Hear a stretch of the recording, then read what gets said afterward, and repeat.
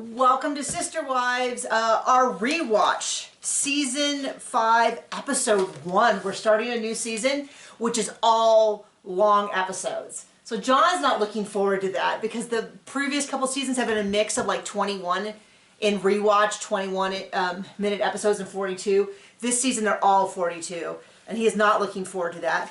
People are always asking me, they're always saying, oh, you have all these nail polishes behind you. I never see your nails painted. So I've made an effort. I have Halloween fingernails because this is premiering 2 weeks early on the Patreon before it appears on the YouTube. So on the YouTube, it's already past Halloween. But on the Patreon, it is still before Halloween. So I have my Halloween fingernails because I don't wear orange a lot otherwise.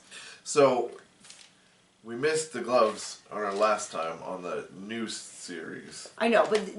And the no fake crime. But were there gloves on this episode that we're going to miss? I don't know, probably. I don't think so. Okay.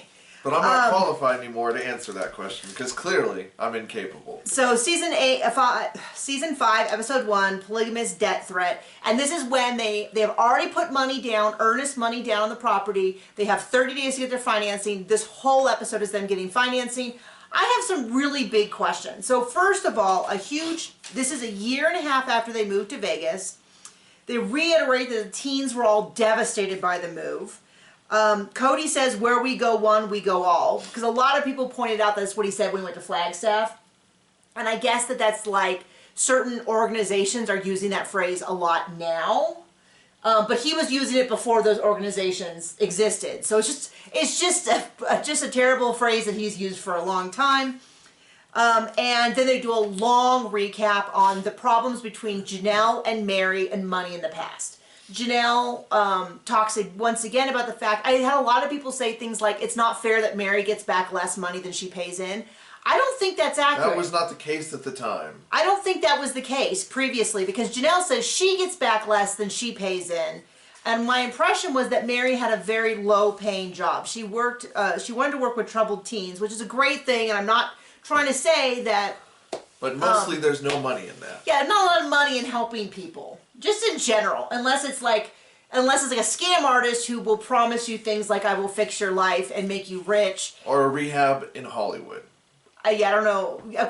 You mean like the TV show that we watched? Well, I mean like the rehabs in Hollywood, I'm sure all cost significant amounts of money. You make money at that, yes. And if you want to be some guru or sell sugar pills and call it magic, like sure, if you're a scammer. Join us next week for our new sugar pills. But what's interesting and what a lot of people pointed out to me is that nowhere in this discussion do they mention Robin. And it's clear that the issues that are going on between Mary and Janelle have long before Robin came. And my guess is that part of the reason why Robin's not being mentioned once is one, she's the prized bride. And two, they've kind of had TLC money since then. And I do wonder, someone pointed out at some point, does Robin feel like she deserves the money because they got the TV show because he married her? Robin thinks Robin deserves everything. Everything, yeah. That's becoming really apparent in season 18. So, Janelle, Christine is complaining because she goes, Janelle pays all my bills. And I don't like living away from Janelle because I like it when Janelle pays the bills for me. And apparently we find out later on, like, she didn't pay the water bill, and she's been behind on a couple payments. On the car. All minor. Because they have car payments, even with TLC money. Well, what's crazy to me is that Cody traded in his old convertible for a new lease that he gets through the MLM, but everybody else still has car payments. Nothing wrong with car payments. I'm just telling you, if you're getting the TLC money, you should be paying off some debts. If you can. I mean, it's not a PT Cruiser convertible, but it is one heck of an ugly, it is ugly, terribly ugly convertible. It probably looks fine with the hardtop. I've never seen a convertible of whatever monstrosity vehicle this is, but it looks well, then Cody's hideous. Going on about how he has to have 4 of everything. Maybe instead of having 4 of everything, you pack a little more when you move to house and pay off some stuff so you're not just paying Just wait a little while. Debt. You'll move to Flagstaff and want to lose 3 of your 4 wives. Yeah, he's going to lose everything. So right off the bat, the big concern, and they never explained this. They never explained in the show why the biggest concern was Janelle and Robin. And what I remembered from not the show is that I believe Janelle took a bunch of the family debt and declared bankruptcy a few years before TLC. Robin is obvious though. If you have ever seen Sister Wives, you probably heard about Robin's outrageous debt.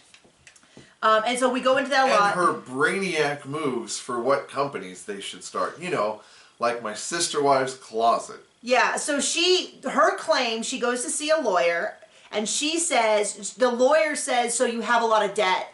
And she goes, well, I took on the debt after the divorce to keep the peace. My impression was the lawyer... Big brain move right there. Well, the lawyer wasn't quite buying that. The lawyer doesn't give a... No, but the way the lawyer asked the question made me think that the way Robin was describing it was not totally... like, wasn't making sense for how things function. I don't know anything about taking on debt in a divorce, so I can't speak to it. But something about the way the lawyer was looking at her was kind of weird. So what we also find out is, in addition to him getting this new car and them all having car payments, Robin has been carrying debt for at least 1.5 years since she married into the family. And they present it like, oh my gosh, she has to finish this debt. And I'm like... she joined the family 1.5 years ago. This is season 5 of their reality show. Has she just not been paying the debt? And, well, no. We know she hasn't been paying the debt. But what was interesting was, well, we'll get to it. Okay. So they're all talking about it, and Mary's like, we won't blame anyone for their debt. And I'm like, okay, whatever, Mary, we get it. And so we're going to deal with it now. And the concern is, if they don't all get their financing letter within 30 days, theoretically the builder if they don't get their letter and then finalize financing in 30 days. Yes, the letter that says that they have their proof for financing.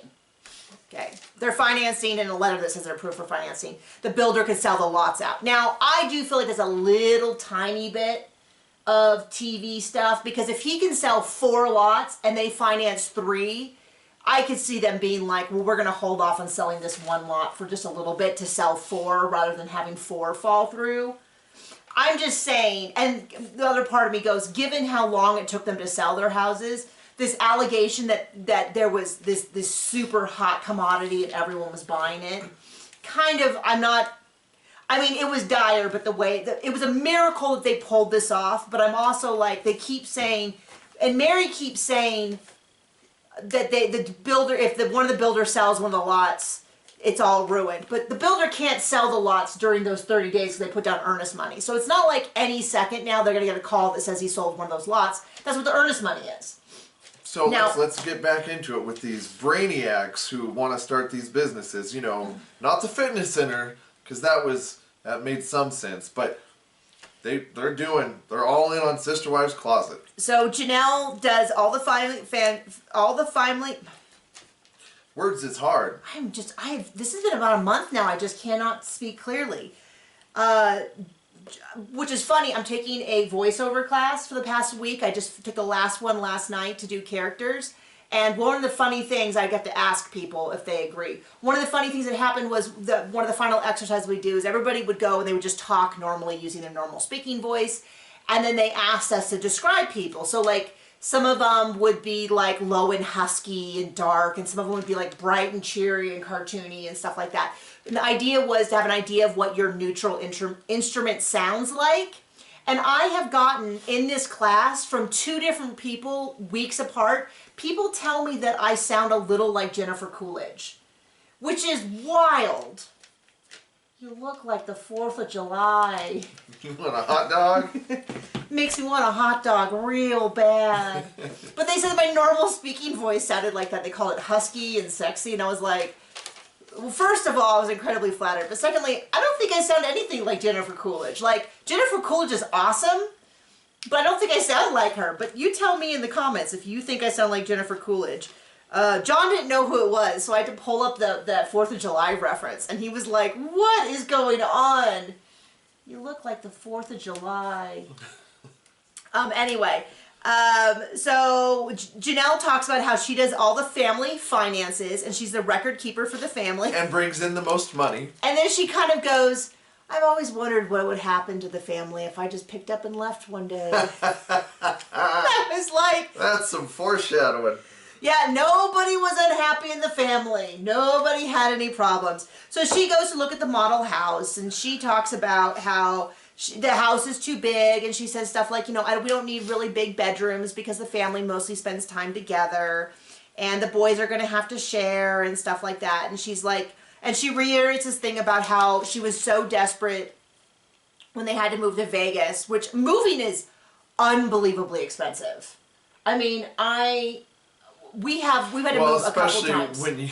Especially when it's burning down and you're moving out, like we had to last time. Yeah, but I mean, it's so expensive. And so, that does just moving takes a huge hit. And then they had to rent this enormous rental house for a month, and they had to get long-term rentals and all that. And Mary's talking about the fact that Mary was looking at houses bigger than what Janelle was renting in order to, and Janelle's worried about paying, feeding her kids. Now, there's no really mention of Robin in this, but I think it's because they already knew that Janelle's hurts with Mary had gone back decades at this point. They had a lot of backstory. And then Janelle's like, I complained about Mary having this big house, but it's been a real blessing to us. And I'm like, okay, that is what used to annoy me at the show so much. Yeah, it's like, lady, you had problems feeding your kids, and Mary has a gigantic house with a pool for her one child. Yeah. Like, give me a break. Yeah, and so it's a little bit of like, yeah, and that's what used to drive me crazy about the show, is that something bad would happen. There'd be a legitimate problem. Concern. Legit. And they would all just be like, the same thing with the 11-day honeymoon right after Christine gave birth. And then Christine's like, I asked Robin, do you really need this? And Robin was like, yes, I do. So I said, okay, if you need it, then I won't be upset. Well, and I'm like, you should be, or all the time with pointing out hypocrisy, she also dressed it like a tart on that vacation in a bikini. And I only say that it was a one piece. Because whatever. Right, but they made so much fun of McKelty. She was so, these people, and they just dressed in, like, higher than now, and like, give me a break. The long sleeves, but then she goes on TV in a one piece. To be clear, we have no problem with the one piece or we two piece. We don't have a problem. We have a problem with clothes shaming. We're not hypocritical prudes. But then they went and talked about how McKelty shows off her body. And then this is the one that got me. Cody goes, a father should never have to see that about her daughter. I will remind you of what he saw when Maddie gave birth. Do you remember when he was there looking? And so it's like, either it's human and it's natural, or a slight décollage is shameful and shouldn't be seen in front of the father. But you can't be doing both. You got to pick a lane on this. That either it is an affront to him, and of course saying it's an affront to him just slightly shows is terribly shameful and screws up people later on in life. I'll just say that. Well, at least he's got a good relationship with all his kids. I know, right? At least I guess the proof is in the pudding. So the decision has been made. Every family will have the same budget for their new home, regardless of how large their family is. Now, don't worry, because no one will go over. No one needs a wet bar. So then they cut over to a photo shoot for My Sister Wives Closet, which they claim... So they're spending more money on this piece of garbage idea. They haven't even really started, to be fair. Well, they've certainly spent money on it. But what's funny is they're trying right now to present it in these episodes as we're using the money we're making from this business, like present tense, to pay for these houses, which we know later on was never the case. They never make money with My Sister Wives. And then they have a big fight about whether or not Cody should be in the pictures or not, and he wants to talk about how it should be strong women, and Christine's like, I'm hot, I'm tired, let's just take the pictures. And I'm like, it's simple. You just say, we'll take some with Cody, we'll take some, which is what they appear to do. Cody needs all eyes on him, so he's got to make a scene about something. And then they made a big deal about how they have to keep rearranging the wives because they can't have the same wives next to Cody in every picture. And they make a big deal about that in fairness, which we know was never the case. Or I shouldn't say never the case. It sounds like as soon as they moved to Vegas, the rotation stopped because Cody didn't like to be boxed into a schedule. I know. There's a box joke in there. So they talk about the kids. The kids are saying Maddie does not want to be a polygamist. She's like, I never wanted to share my husband. I don't want to be a party to that. There's this whole big thing. And then very subtly, Robin says, this is my little sister, Tara Lees. She lives with us, and when we move into the new house, she will also continue to live with us. So does that mean the family's also paying for her to live? Is she getting free rent and board? Which I don't have a problem with, but when... I forget, are we talking about Cody or Gino? Oh, what? because she's gonna move. Oh, the little sister's leaving. That is a 90-Day Fiance joke. And if you want to join us for 90-Day Fiance, which, I mean, all 7 of you, 14 now, like, we appreciate you. we are essentially bullying the people who watch our channel into watching a show they don't even like or want to see. Because I feel like 90% of the comments on our 90-Day Fiance videos are, I don't watch this show, but you told me I had to come watch the video, so I did. And frankly, I'm starting to feel a little bad. And it's not working. Our views are not going up. They're still dropping, but thank you for the help. But we really are going to owe a lot of you. Like, tell us what you want us to do, because we owe you. Okay, so it comes out that they go to see this, that Robin has in the words of the guy that they're speaking to, who does debt consolidation, has a considerable amount of debt. And basically what I got, she reiterates again, was from the divorce to keep the peace. Well, then I'm sure it's totally not that she wasn't an overspender. Well, we don't have any proof, John, by looking at her house that she is someone who buys things. No, but so it's from a divorce, and then she talks about how she was living in a trailer without heat, and she was living with her mom, but she ran up. This is where I find like the whole like Victoria's Secret, whether it was money literally from Victoria's Secret or Victoria's Secret card, which apparently people have said can be used in a few different locations. None of those locations are things you need to spend money on. Bath and Body Works. A good old bar of Dove is like $1. You can get by. I mean, even with allergies, you're not spending thousands and thousands of dollars. I don't know that I have spent $1,000 on clothing in years, 6 or 7 years. I get a lot of my jeans from Upthread. We get them from Nordstrom's Rack. Like, yes, I did splurge and get new undies. I hope that's okay. Is it okay, John? You got socks from high school, babe. It's time to be buying a little more. I have 15-year-old bras that maybe one day I will fit again. Like, and okay, once again, I'm not blaming you if you spend money on clothing. I'm just saying that if your kids are living someplace without heat, well, she said without heat, but then she said there was a wood stove, which is a form of heat. That is where heat comes from. It's a stove, a wood burning stove. But she goes on and on. Basically, it's kind of saying this was all beyond her. There's no way she could have avoided being in debt. But my first thought is, you've been married at this point for almost, I think, 2 years. Why have you not handled this in that time to fix your credit? And then secondly, the guy kind of implies that she has been dodging debt. He's like, you have 3 last names, which I assume would be her maiden name, her married name to her first husband, and Brown, her third name.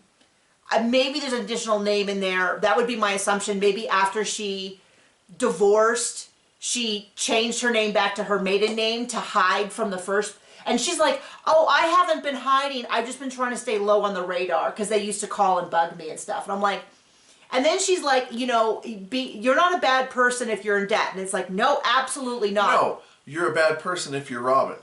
Well, yeah, Robin has plenty to do without all that. And so it really sounds like she's trying to duck out on debt. And just kind of, so he's like, I found this bill for $4,000. We paid it off. And then we arrange with them for an amount to pay it off, and they will take it off your credit. And she acts like this is some miracle. And I'm like, yeah, I mean, you pay off debt, and that's usually what happens is you can get it removed from your credit rating. Like that's how that works. That wasn't some miracle. You paid off a debt. She's got her head so full of pencil lead, she can't get anything else in there. But it was kind of a little bit like this, I feel like it's a little different, because she keeps using this, I was a single mom, but you haven't been a single mom in a while. Maybe you could have fixed some of this instead you didn't have 30 days in order to fix it.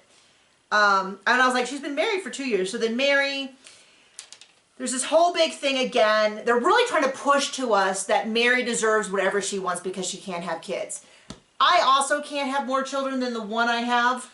And so I would also like to be given all the things and all the accommodations to make up for that. But so far that has not happened.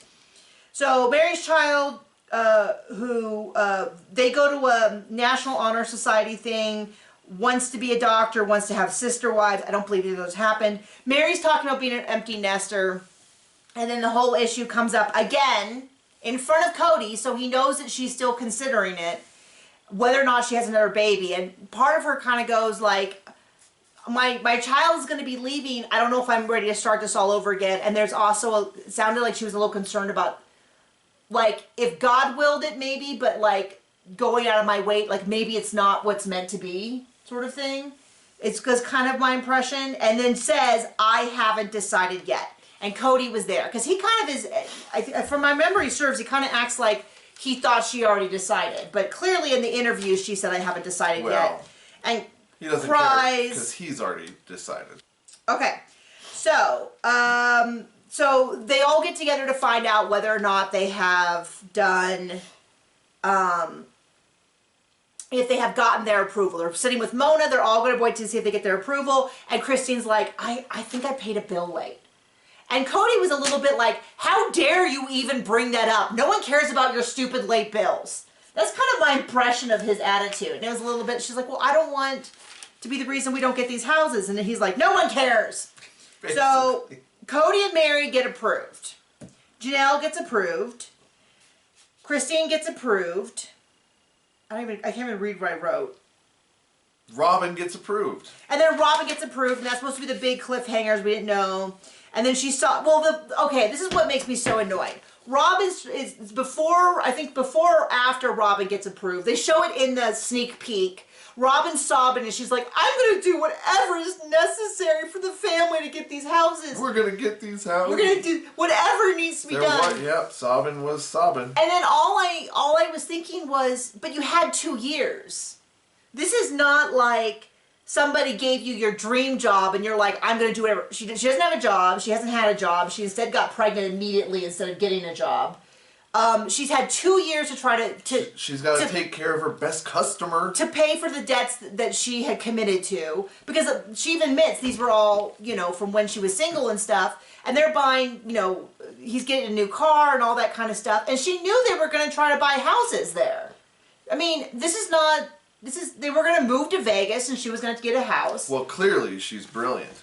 I mean, none of these people seem, I don't know. Anyway, so she, I mean, so how she would have fixed it, but she's doing all this after she already got approved. So it's all like, it's all hollow promises. Because I didn't see her making those promises in any place else. So anyway, so they're gonna get it. They go home. They tell the kids. The teens are not buying it. They're like, they make all these big promises, and the next day it falls apart. Never happens. And I was like, man, these kids. I wish they'd asked more. Like, Poor kids. Why didn't they ask them more? Like, oh, tell us about all the times your parents have broken their promises. Yeah, right. So then the older kids are like, I think because they got financing, it's more likely to happen. But no one is going like, how dare you say that?